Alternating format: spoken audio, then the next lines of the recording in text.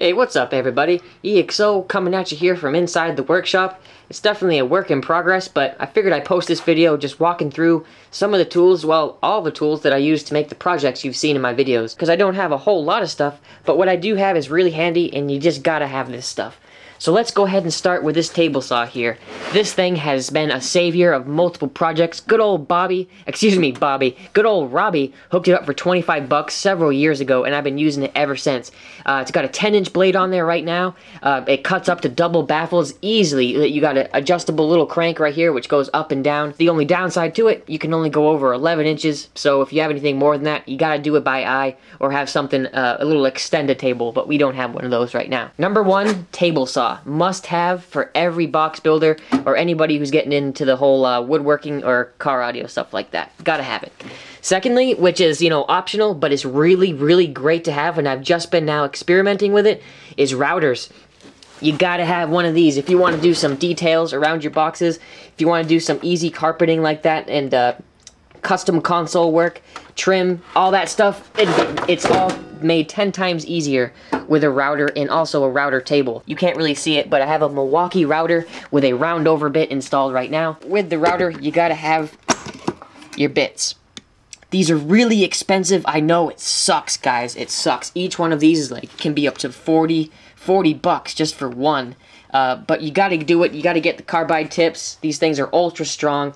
The ones that are a little bit less quality you can get for about half as price, but I wouldn't recommend doing it if you're gonna be doing multiple cuts, because you're just gonna start burning your wood. You don't want to burn it. You want nice, clean cuts. So there's number two, a router and table with your bits right there. So let's go to our chop saw. This thing is definitely very handy to have around the shop for all those cuts that just don't work with the table saw. This is a compound miter saw, 10-inch blade just as the other one. PVC ports and like one chop right here. I do my braces and mock them all up in one cut right there to make sure everything's the same exact length.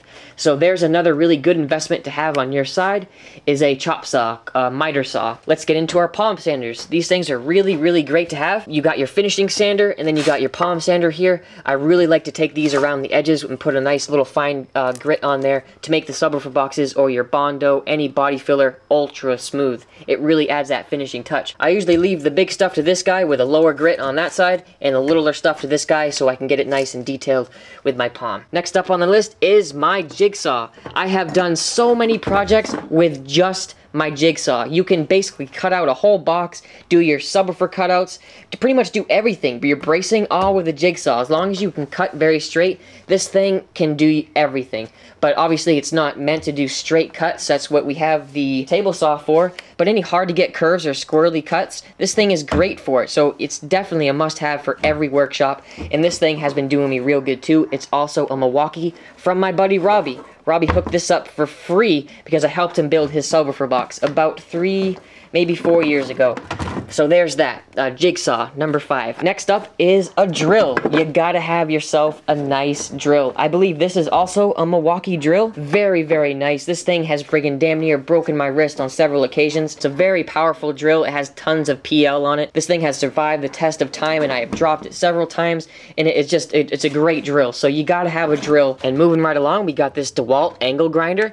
This is a 4.5 inch. You can actually take that guide right off so you can cut on all sides of it, but I have that on so it guides the sparks in one direction, and it's a lot safer to cut. But this thing had really helped me when I got back into Maine from Tennessee with cutting up some of the bolts that were on top of Frankie's roof. But without this angle grinder, it would have been one hell of a job for, like, let's say a Dremel or something. So you gotta have a nice angle grinder with a guide on it to always be safe. And speaking of a Dremel, I don't have a Dremel, but I have the next best thing, which is the Black & Decker here, the RTX. This thing is awesome. Really high RPMs, fully adjustable right here on the side. I have some cutting disc, which I was using to do the little keg of jams right here. I made a little keg of jams in a video. You guys remember that.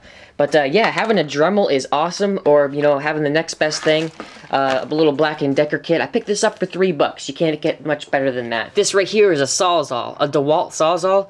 This thing is great if you need to cut through some metal or anything that gets a little bit more aggressive. Your jigsaw can handle some stuff, but if you need something a little more aggressive, this is where the Sawzall comes in handy. Also, got a little soldering iron for our slightly smaller projects that don't need a propane torch or a slightly bigger iron. This is a 15 watt nice Radio Shack soldering iron. It does the trick for little tiny jobs, but definitely nice and handy to have one of those around the shop, as well as one of these if you're going to be tinning your speaker wires or anything like that. This really comes in handy to slip your wire right in between and then go ahead and start tinning. This comes in handy when you're making door panels and stuff to offset your studs with just a little bit of hot glue. Tacks them down for the time being until you get that, you know, fabric wrapped around them and get everything finalized. You gotta have a nice hot glue gun to get some projects done. Okay, so that pretty much covers all the power tools. So now let's switch gears into getting to some of the hand tools. You gotta have a Stanley PowerLock. These things have, I've dropped this thing like 15 feet off a vert ramp, and it didn't even hurt the locking mechanism. And I use these things all the time for making my measurements. Very accurate. I always start off on 1 inch as my 0 though. Just a little tip right there. You gotta have your socket and wrench sets. I have a whole ton of those right down in here. I have both metric and American sizes. I'm always going back and trying to find the right size though, so if you can have those little organizer strips, which I do have. Oh, and that's actually really handy too, a magnetic. It's like a little screw collector right here. Right now I have a little Countersink bit, which is essential. This is essential. What a great little find. Like I was saying, I have this to hold on my sockets, but I just have to oil them up a little bit because they're really sticky. I have all my sockets and my wrenches in here. Next up, you gotta have both size vice grip. Say a bolt's being a bastard and you can't get a socket around it, you can, you know, clamp her down and take it from the other side, or, you know, vice versa. I picked these up from Martin's at the surplus store for like $3 or $4, and look, great neck. Also, you gotta have your screwdrivers. I have one of every size. These are from my grandfather. They're very old, but you gotta have screwdrivers. I have Phillips, obviously of every size and regular. Got my strippers right here. Bam. Got my Dykes right here to cut my wire. I've been stripping wires with these for almost 3 years now, and they're still got it. Also, as you can see, I don't have much organization going on with my Allen set, but that's the name of the game when you buy these fucking things. So I just got a Tupperware. I've been organizing things with Tupperware. We got some Sterilite from Martin's right there. It was only $2. Tons of drill bits. Lots and lots of drill bits. Lots and lots of drill bits. Everything from big to small. Gotta have tons of bits right there. You also gotta have clamps for recoating your subs. You know, I got some hand clamps right here. I got some little C clamps. We also got some little tiny mini ones at the bottom here. Check this out. We got little tiny clamps right here for any other miscellaneous projects. Wood clamps are always great, and you gotta have your wood glue to go along with it. Gotta have some wood glue in the wood shop. We got some Bondo, we got some fiberglass resin. We also got our matting up here.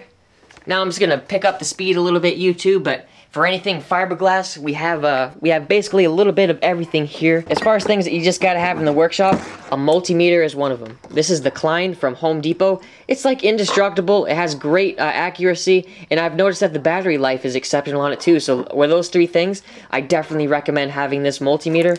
And if you want to take things a step further in your profession, you can get this little crazy fella. This is a TPI 440, and it's basically a scope. It does it reads voltage, it reads amperage, it reads frequencies, so you can pretty much do everything. You can tune your whole system. Very, very handy. It's rather expensive, but you gotta do what you gotta do. And in the same mode of things, it's nice to have a clamp meter. This is the one from Home Depot, the CL2000 True RMS.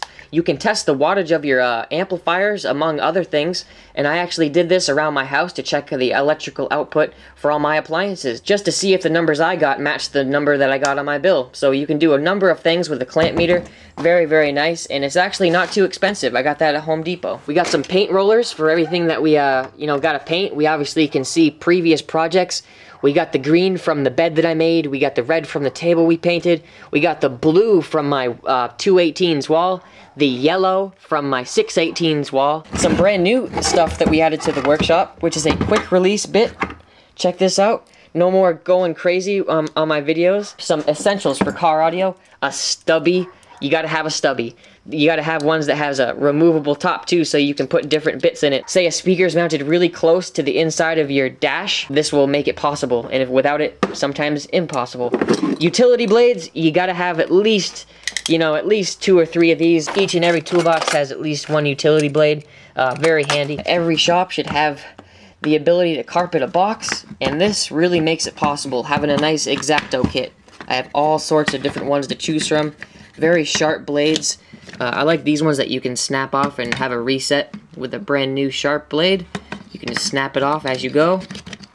Actually, these are from my grandfather. Some of these are very, very old. This whole kit is very, very old. So I really like having it. It means a lot to me. It's a nice X-Acto kit. Oh yeah, levels are actually great too if you're gonna be doing some, like this was handy for the false floor in my ride. Made sure everything was nice and straight. If you're gonna be doing projects on the inside of things or working with the inner circuitries of a lot of electronics, having small little screwdrivers helps. This is good for tuning your amplifier, a little tiny little flathead, tuning your amps. It's looking like we're coming down to the end of it. It's always good to have some spare monkey wrenches around too. I have my own little pry bar. It's the super bar from back in the day. Nice and heavy duty. Lock nuts, T-nuts, wing nuts. The most important thing probably in the workshop is eye protection. I know I'm such a bad example of always not wearing it. Oh shit, I almost fell. Oh yeah, and you gotta have spare wood. You definitely gotta have spare wood and a respirator. Respirators are fucking, when you're doing work with Bondo, that's like some of the most dangerous chemicals when you start getting that stuff airborne. It's definitely not good for you to breathe in, so fucking get one of these guys. Really, really good. Extension cords, always very essential in the workplace. You gotta have yourself a nice caulking gun with, I got some silicone in there right now from the 4th order. Obviously a nice hammer. You gotta have a torch, a nice acetylene torch or a propane torch to keep those soldering jobs nice up to par. Guys, I think I'm running out of shit. I think I'm running out of stuff. We already, we've gone through a lot of different stuff. Obviously, I got my spare wires and paints and, you know, sprays. Lithium grease. What do we got? My paint tray. Come on, that's pretty much it. I got a handsaw right there. I'm just trying to cover pretty much everything. I think we have gone through the tools, guys. I think we have gone through it. You know, it's not about how much or the quality of stuff that you have. It's how you use it. It really is. Everything is about how you use it. There's a video online of how to cut a perfect circle with a table saw. Believe it or not, it is absolutely true. So, this is EXO just signing out probably until the next video. I am friggin' tired of talking. Alright guys, thanks for watching this. Make sure you click the thumbs up. Things have been going pretty good over here, but make sure you keep on clicking those thumbs up, guys. It really makes a world of difference for me over here. Thank you so much, and until the next video, this is EXO. Ha ha!